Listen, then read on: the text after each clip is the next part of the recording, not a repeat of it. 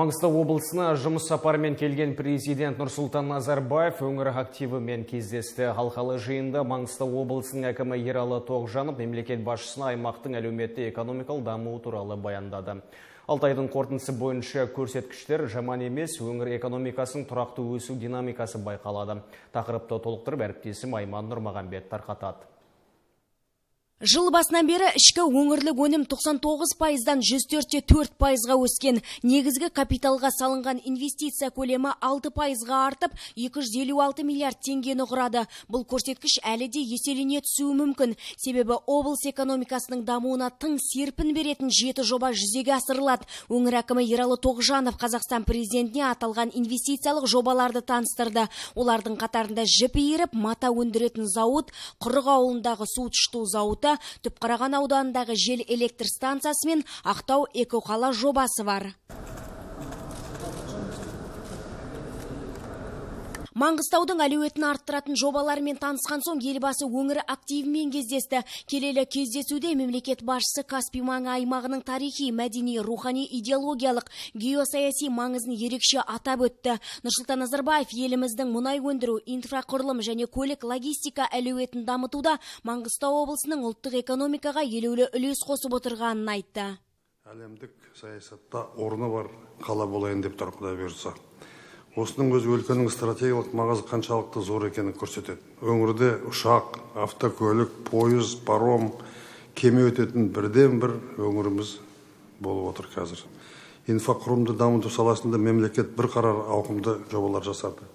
Оның барлығы Маңғыстаудың өркендеп өсуіне септігін тигізетін болады. Атап айтқанда, халықаралық үлкен әуежай салынды. Барлық ұшақтарды қабылдайтын көп мемлекеттерден келетін. Екінші, өзен Түркменстанның мемлекеттік шекарасындағы жолды мен келіп аштым. Түркмен президентпен бірге.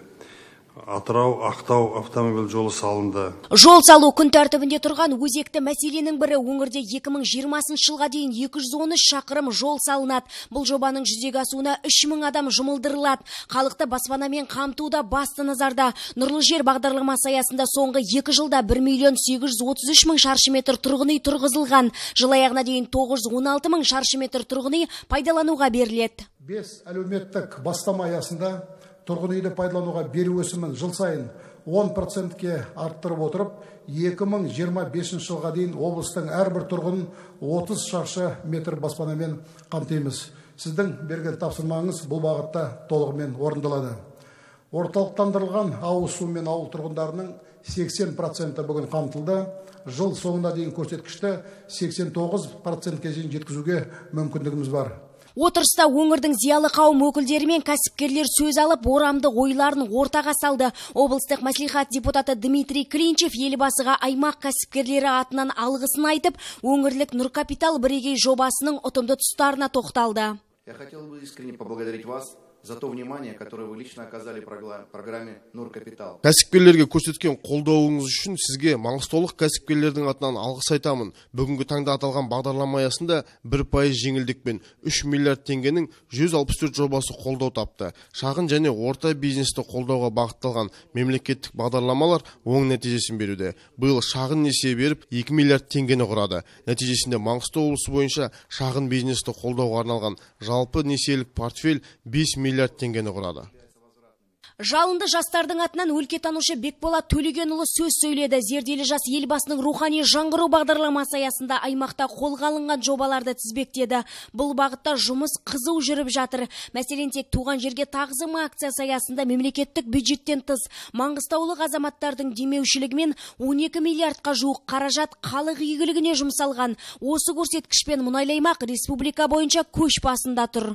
30 спорттық кешен мен алаңдар бой көтеріп, 50 орта мектепке қажетті спорттық құралдармен қамтамасыз етілді. Ол жастардың салауатты өмір салтын ұстануға септігін тигізеді. Екіншіден, жас мамандарға арналған 500 орындық 2 жатақхана салынды. Ол мен сияқты жастардың аяғына нық тұруына өз үлесін қосты. Үшіншіден, шөлейтті мекенді көгалдандыру және мектеп оқушыларын еңбекке баулу мақсатында жасыл мектебім, жасыл мекенім жобасы іске асуда. Қазіргі таңда мектеп жанында 19 жылыжай бой көтерді. Облысымыздың барлық мектептерінде 134 жылыжай салынады. Маңғыстаулықтардың ұсыныс пікірін тыңдаған президент өңірдегі әлеуметтік экономикалық көрсеткіштердің тұрақты екенін атап өтіп, одан әрі пысықтауды қажет ететін бірқатар мәселеге тоқталды. Будем считать, что у нас будущее еще впереди. Экономиканың тұрақты дамуына қол жеткізу керек. Ол үшін экономиканы диверсификациялап, қызмет көрсетумен өңдеу секторын дамытуды қамтамасыз ету қажет. Мысалы, мұнда жалпы көлемі 2000 гектар болатын Марпорт Ақтау арнайы экономикалық аймағы жұмыс істейді. Мемлекет оның инфрақұрылымын дамытуға қажетті қаражат бөлді. Енді оның жұмысын жандандырып, жаңа жұмыс орындарын ашу керек. Жиын соңында Нұрсұлтан Назарбаев Маңғыстауда туризм саласын дамытуға терең мән беру керектігін айтып, әр маңғыстаулыққа жақсылық, бақыт пен береке тіледі.